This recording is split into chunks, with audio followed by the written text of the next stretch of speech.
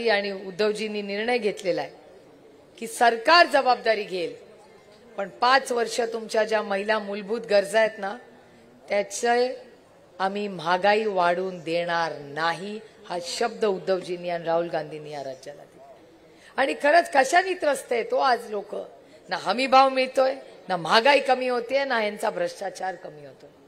आणि याचं उत्तर कधी ना कधी या सरकारला द्यावं लागेल आणि ही ती वेळ 20 तारखेला आहे।